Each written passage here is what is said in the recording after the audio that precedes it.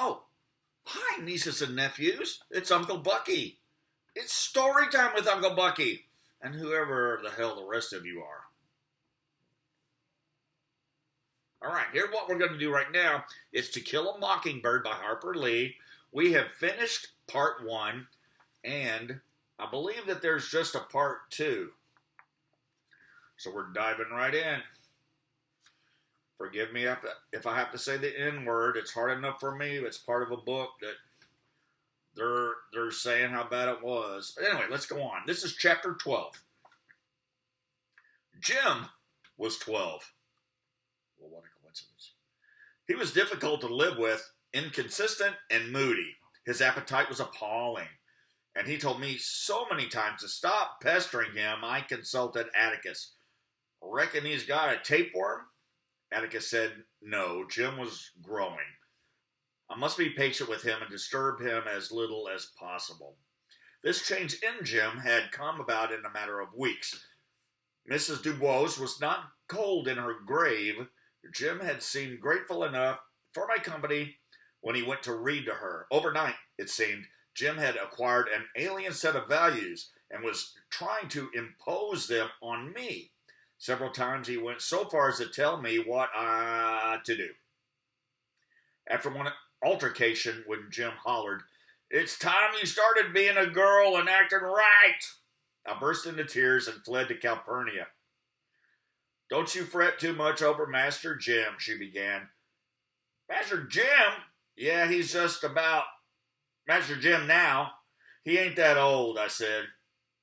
"All he needs is somebody to beat him up. And I ain't big enough." "Baby," said Calpurnia, "I just can't help it if Mr. Jim's growing up. He's gonna want to be off to himself a lot now, doing whatever boys do. So, you just come right on in the kitchen when you feel lonesome. We'll find lots of things to do in here." The beginning of that summer boded well. Jim could do as he pleased. Calpurnia could do until Dill came. She seemed glad to see me when I appeared in the kitchen, and by watching her, I began to think there was some skill involved in being a girl. But summer came and Dill was not there. I received a letter and a snapshot of him. The letter said he had a new father whose pictures were enclosed, and he would have to stay in Meridian because they planned to build a fishing boat. His father was a lawyer like Atticus, only much younger. Dill's new father had a pleasant face, which made me glad Dill had captured him, but I was crushed. Dill concluded by saying he would love me forever and not to worry. He would come get me and marry me as soon as he got enough money together, so please write. The fact that I had permanent fiancée was little compensation for his absence. I had never thought about it, but summer was Dill by the fishing pole, smoking strain. Dill's eyes alive with complicated plans to make Boo Radley emerge. Summer was the swiftness with which Dill could reach up and kiss me when Jim was not looking. The longings we sometimes felt for each other. With him, life was routine. Without him, life was unbearable. I stayed miserable for 2 days. And if that were not enough, the state legislature was called into emergency session and Atticus left us for 2 weeks. The governor was eager to scrape a few barnacles off the ship of state. There were sit-down strikes in Birmingham. Bread lines in the cities grew longer. People in the country grew poorer, but these were events remote from the world of Jim and me. We were surprised one morning to see a cartoon in the Montgomery Advisor above the caption, "Makeham's Finch." It showed Atticus barefooted and short pants, chained to a desk. He was diligently writing on a slate, while some frivolous young-looking girls yelled, "Yoo-hoo!" at him. "Well, that's a compliment," explained Jim. "He spends his time doing things that wouldn't get done if nobody did them." Huh? In addition to Jim's newly developed characteristics, he had acquired a maddening air of wisdom. Oh, Scout, it's like reorganizing the tax systems of the counties and things. That kind of thing's pretty dry to most men. Well, how do you know? Oh, go on and leave me alone. I'm reading the paper. Well, Jim got his wish. I departed for the kitchen. While she was shelling peas, Calpurnia suddenly said, "What am I going to do about all y'all's church this Sunday?" "Nothing, I reckon. Atticus left his collection." Calpurnia's eyes narrowed, and I could tell what was going on in her mind. "Cal," I said, "you know, we'll behave. We haven't done anything in church in years." Calpurnia evidently remembered a rainy Sunday when we were both fatherless and teacherless. Left to its own devices, the class tied Eunice Ann Simpson to a chair and placed her in the furnace room. Well, we forgot her. Trooped upstairs to church, and we were listening quietly to the sermon when a dreadful banging issued from the radiator pipes, persisting until someone investigated and brought forth Eunice Ann, saying she didn't way to play Sadric anymore. Jim Finch said she wouldn't get burnt if she had enough faith, but it was pretty damn hot down there. Besides, Cal, this isn't the first time Atticus has left us, I protested. "Yeah, but he makes certain your teacher's going to be there. I didn't hear him say this time. Reckon he forgot it." Calpurnia scratched her head. Suddenly, she smiled. "How'd you and Mr. Jim like to come to church with me tomorrow?" "Really? How about it?" grinned Calpurnia. Well, Calpurnia had ever bathed me roughly before. It was nothing compared to her supervision of that Saturday night's routine. She made me soap all over twice, drew fresh water in the tub for each rinse. She stuck my head in the basin and washed it with Octagon soap and Castile. She had trusted Jim for years, but that night she invaded his privacy and provoked an outburst. "Can anybody take a bath in this house without the whole family looking?" Next morning she began earlier than usual to go over our clothes. When Calpurnia stayed overnight with us, she slept in a folding cloth on the kitchen. That morning it was covered with our Sunday habiliments. Never heard that word before. She had put so much starch in my dress it came up like a tent when I sat down.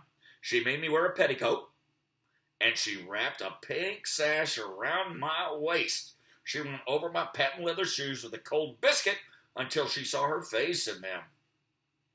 "Well, it's like we were going to Mardi Gras," said Jim. "That's all this for, Cal?" "I don't want anybody saying I don't look after my children," she muttered. "Mr. Jim, you absolutely can't wear that tie with that suit. It's green." "What's the matter with that?" "Suit's blue. Can't you tell?" "Hee hee," I howled. "Jim's colorblind."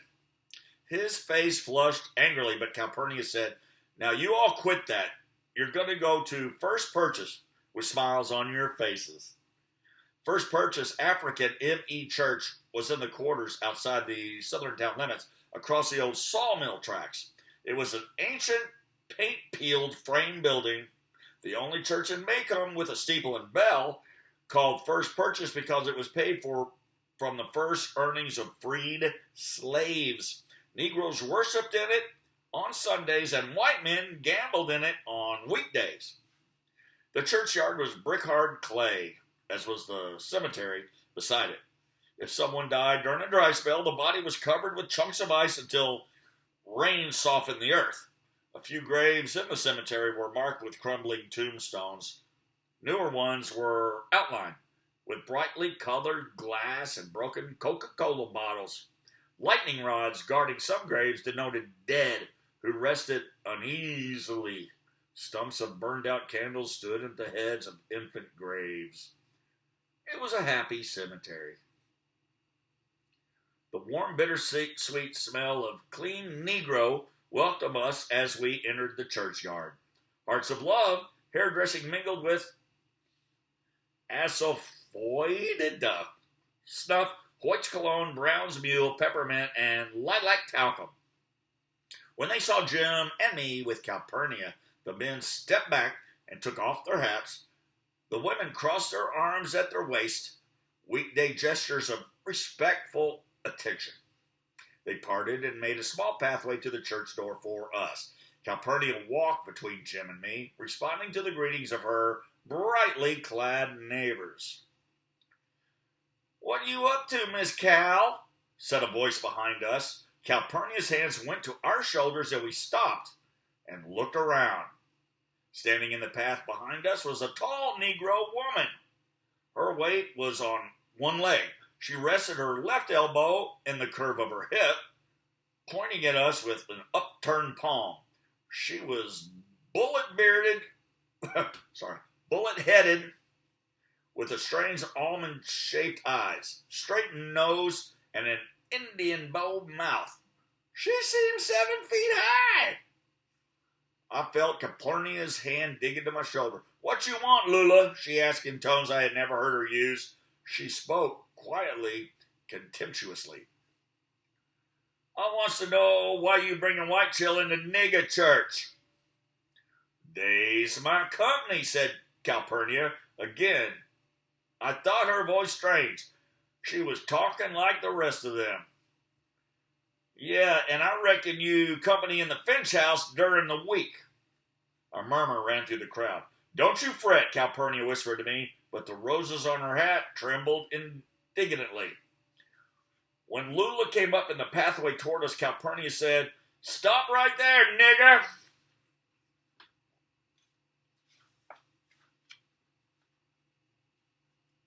Lula stopped, but she said, You ain't got no business bringing White Chill in here. They got day church. We got our'n. It is our church, ain't it, Miss Cal?" Calpurnia said, "It's the same God, ain't it?" Jim said, "Let's go home, Cal. They don't want us here." I agree. They did not want us here. I sensed rather than saw that we were being advanced upon. They seemed to be drawn closer to us, but when I looked up at Calpurnia, there was an amusement in her eyes. When I looked down the pathway again, Lula was gone. In her place was a solid mass of colored people. One of them stepped from the crowd. It was Zebo, the garbage collector. "Mr. Jim," he said, "we're mighty glad to have you all here. Don't pay no attention to Lula. She's contentious because Reverend Sykes threatened to church her. She's a troublemaker from way back. Got fancy ideas and haughty ways. We're mighty glad to have you all." With that, Calpurnia led us to the church door, where we were greeted by Reverend Sykes, who led us to the front pew. First purchase was unsealed and unpainted within. Along its walls, unlighted kerosene lamps hung on brass brackets. Pine benches served as pews. Behind the rough oak pulpit, a faded pink silk banner proclaimed "God is love," the church's only decoration except a rotogravure print of Hunt's "The Light of the World." There was no sign of piano or organ or hymn books or church programs. The familiar ecclesiastic impedimenta we saw every Sunday. It was dim inside, with a damp coolness slowly dispelled by the gathering congregation. At each seat was a cheap cardboard fan bearing a garnish, "Garden of Gethsemane," courtesy Tyndall's Hardware Company. You name it, we sell it. Calpurnia motioned Jim and me to the end of the row and placed herself between us. She fished in her purse, drew out her handkerchief, and untied the hard wad of change in its corner. She gave a dime to me and a dime to Jim. "We've got ours," he whispered. "You keep it," Calpurnia said. "You're my company." Jim's face showed brief indecision on the ethics of withholding his own dime, but his innate courtesy won, and he shifted his dime back into his own pocket. So I did likewise with no qualms. "Cal," I whispered, "where are the hymn books?" We don't have any," she said. "Well, how?" "Shh," she said. Reverend Sykes was standing behind the pulpit, staring the congregation to silence. He was a short, stocky man in a black suit, black tie, white shirt, and a gold watch chain that glinted in the light from the frosted windows. He said, "Brethren and sisters, we are particularly glad to have company with us this morning. Mr. and Miss Finch, you all know their father. Before I begin, I will read some announcements." Reverend Sykes shuffled some papers, chose one, and held it at arm's length. "The Missionary Society meets in the home of Sister Annette Reeves next Tuesday. Bring your sewing." Then he read from another paper. "Y'all know of Brother Tom Robinson's trouble. He has been a faithful member of First Purchase since he was a boy. The collection taken up today and for the next 3 Sundays will go to Helen, his wife, to help her out at home." I punched Jim. "That's the Tom Atticus is the..." "Shh!" I turned to Calpurnia, but was hushed before I opened my mouth. Subdued, I fixed my attention upon Reverend Sykes, who seemed to be waiting for me to settle down. "Will the music superintendent lead us into the first hymn?" he said. Zebo rose from his pew and walked down the center aisle, stopping in front of us and facing the congregation. He was carrying a battered hymn book. He opened it and said, "We'll sing number 273. Well, this was too much for me. "How are we going to sing it if there ain't no hymn books?" Calpurnia smiled. "Hush, baby," she whispered. "You'll see in a minute." Well, Zebo cleared his throat and read in a voice like the rumble of distant artillery, "There's a land beyond the river." Miraculously on pitch, 100 voices sang out Zebo's words. The last syllable, held to a husky hum, was followed by Zebo saying, "That we call the sweet forever." Music again swelled around us. The last note lingered as Zebo met it with the last line, "And we only reach that shore by faith's decree." The congregation hesitated. Zebo repeated the line carefully, and it was sung. At the chorus, Zebo closed the book, a signal for the congregation to proceed without his help. On the dying notes of Jubilee, Zebo said, "In that far-off, sweet forever, just beyond the shining river."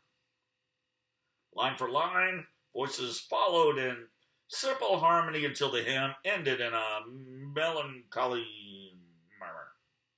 I looked at Jim, who was looking at Zebo from the corners of his eyes. I didn't believe it either, but we had both heard it. Reverend Sykes then called on the Lord to bless the sick and the suffering, a procedure no different from our church practice, except Reverend Sykes directed the deity's attention to several specific cases. His sermon was a forthright denunciation of sin, an austere declaration of the motto on the wall behind him. He warned his flock against the evils of heady brews, gambling, and strange women. Bootleggers caused enough trouble in the quarters, but women were worse.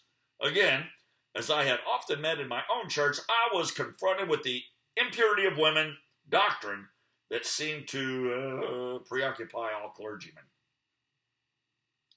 Jim and I had heard the same sermon Sunday after Sunday, with only one exception.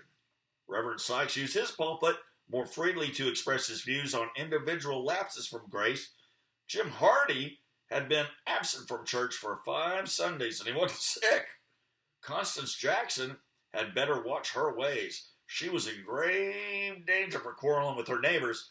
She had erected the only spike fence in the history of the quarters. Reverend Sykes closed his sermon.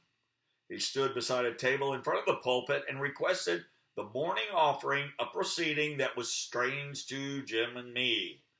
One by one, the congregation came forward and dropped nickels and dimes into a black enameled coffee can.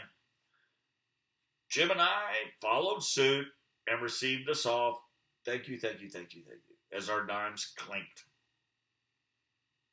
To our amazement, Reverend Sykes emptied the can onto the table and raked the coins into his hand. He straightened up and said, "This is not enough. We must have $10. The congregation stirred. "You all know what it's for. Helen can't leave those children to work while Tom's in jail. If everybody gives one more dime, we'll have it."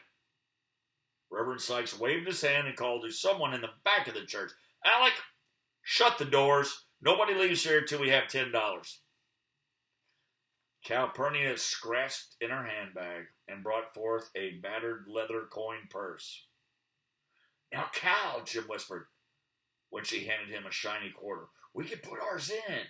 Give me your dime, Scout." The church was becoming stuffy, and it occurred to me that Reverend Sykes intended to sweat the amount due out of his flock. Fans crackled, feet shuffled, tobacco chewers were in agony. They needed to get out. Reverend Sykes startled me by saying sternly, "Carlo Richardson, I haven't seen you up this aisle yet." A thin man in khaki pants came up the aisle and deposited a coin. The congregation murmured approval. Reverend Sykes then said, "I want all of you with no children to make a sacrifice and give one more dime apiece, then we'll have it." Slowly, painfully, the $10 was collected. The door was opened, and the gust of warm air revived us. G-Bow lined on Jordan's stormy banks, and church was over. I wanted to stay and explore, but Calpurnia propelled me up the aisle ahead of her. At the church door, while she paused to talk with the Zebo and the family, Jim and I chatted with Reverend Sykes. I was bursting with questions, but decided I would wait and let Calpurnia answer them. "We were especially glad to have you all here," said Reverend Sykes. "This church is no better friend than your daddy." My curiosity burst. "Why were you all taking up collection for Tom Robinson's wife?" "Didn't you hear why?" asked Reverend Sykes. "Helen's got 3 little ones, and she can't go out to work." "Why can't she take them with her, Reverend?" I asked. It was customary for field Negroes with tiny children to deposit them in whatever shade there was while their parents worked. Usually the babies sat in the shade between 2 rows of cotton. Those unable to sit were strapped papoose style on their mothers' backs or resided in extra cotton bags. Reverend Sykes hesitated. "Well, to tell you the truth, Miss Jewine Louise, Helen's finding it hard to get work these days. When it's picking time, I think Mr. Link Diesel take her." "Why not, Reverend?" Before he could answer, I felt Calpurnia's hand on my shoulder. "At its pressure," I said, "we thank you for letting us come." Jim echoed me, and we made our way homeward. "Cal, I know Tom Robinson's in jail and he's done something awful, but why won't folks hire Helen?" I asked. Calpurnia, in her navy voile dress and tub of a hat, walked between Jim and me. "It's because of what folks say Tom's done," she said. "Folks aren't anxious to have anything to do with any of his family." Well, just what did he do, Cal?" Calpurnia sighed. "Old Mr. Bob Ewell accused him of raping his girl and had him arrested and put in jail." "Mr. Ewell?" My memory stirred. "Does he have anything to do with those Ewells that come at every first day of school and then go home?" "Why, Atticus said they were absolute trash." "I never heard Atticus talk about folks the way he talked about the Ewells," he said. Yeah, those are the ones." "Well, if anybody and everybody in Macomb knows what kind of folks the Ewells are, they'd be glad to hire Helen." What's rape, Cal?" "It's something you'll have to ask Mr. Finch about," she said. "Well, he can explain it better than I can. You all hungry? The Reverend took a long time unwinding this morning. He's not usually so tedious." "He's just like our preacher," said Jim, "but why do you all sing hymns that way?" "Lining?" she asked. "Is that what it is?" "Yeah, it's called lining. They've done it that way as long as I can remember." Jim said it looked like they could have saved the collection money for a year and get some hymn books. Calpurnia laughed. Wouldn't do any good, she said. They can't read. Can't read, I asked. All those folks? That's right, Calpurnia nodded. Can't, but about 4 folks in First Purchase read. I'm one of them. Where'd you go to school, Cal? Asked Jim. Nowhere. All right, now let's sit now. Who taught me my letters? It was, Miss Bonnie Atkinson's aunt, old Mrs. Buford. Are you that old? I'm older than Mr. Finch, even. Calpurnia grinned. Not sure how much, though. He started remembering our time, trying to figure out how old I was. I can remember back just a few years before, and he can. So I'm not much older when you take off the fact that men can't remember as well as women can. What's your birthday, Cal? I just have it on Christmas. It's easier to remember it that way. I don't have a real birthday. But Cal, Jim protested, you don't even look near as old as Atticus. Well, colored folks don't show their ages so fast, she said. Maybe because they can't read, Cal. Did you teach Zebo? Yeah, Master Jim. There wasn't a school even when he was the boy. I made him learn, though. Zebo was Calpurnia's eldest son. If I had ever thought about it, I would have known that Calpurnia was of mature years. Zebo had half-grown children, but then I had never put a thought about it. Did you teach him out of a primer, like us? I asked. No, I made him get a page of the Bible every day, and there was a book Miss Buford taught me out of. Bet you don't know where I got it, she said. We didn't know. Calpurnia said, your granddaddy Finch gave it to me. Were you from the Landing? Jim asked. You never told us that. Well, I certainly am, Mr. Jim. Grew up down there between the Buford place and the Landing. I've spent all my days working for the Finches or the Bufords, and I moved to Macomb when your daddy and your mama married. What was the book, Cal? I asked. Blackstone's Commentaries. Jim was thunderstruck. You mean you taught Zebo out of that? Why, yes, sir, Mr. Jim. Calpurnia timidly put her fingers to her mouth. They were the only books I had. Your granddaddy said Mr. Blackstone wrote fine English. That's why you don't talk like the rest of them, said Jim. The rest of who? Rest of the colored folks. Cal, but you talked like they did in church. That Calpurnia led a modest double life never dawned on me. The idea that she had a separate existence outside our household was a novel one, to say nothing of her having command of 2 languages. Cal, I said, why do you talk nigger talk to your folks when you know it's not right? Well, in the first place, I'm black. That doesn't mean you have to talk that way when you know better, said Jim. Calpurnia tilted her hat and scratched her head, then pressed her hat down carefully over her ears. Well, it's right hard to say, she said. Suppose you and Scout talked colored folks talk at home. It'd be out of place, wouldn't it? Now, what if I talk white folks talk at church and with my neighbors? They'd think I was putting on airs to beat Moses.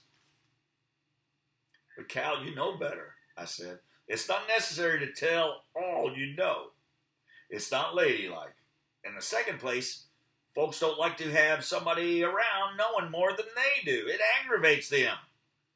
You're not going to change any of them by talking right.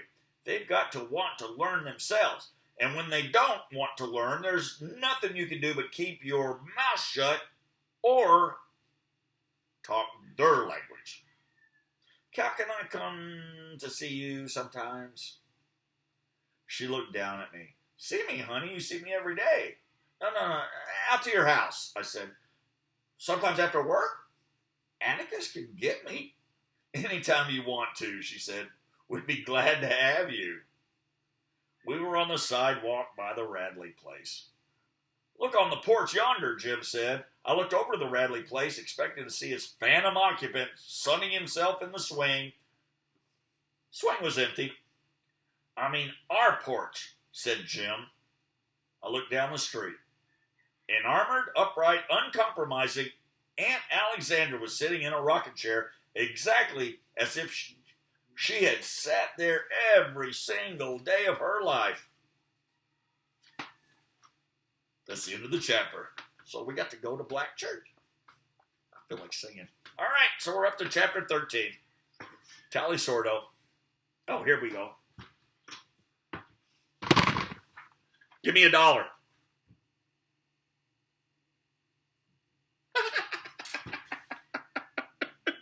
Oh my God, I laughed stupidly.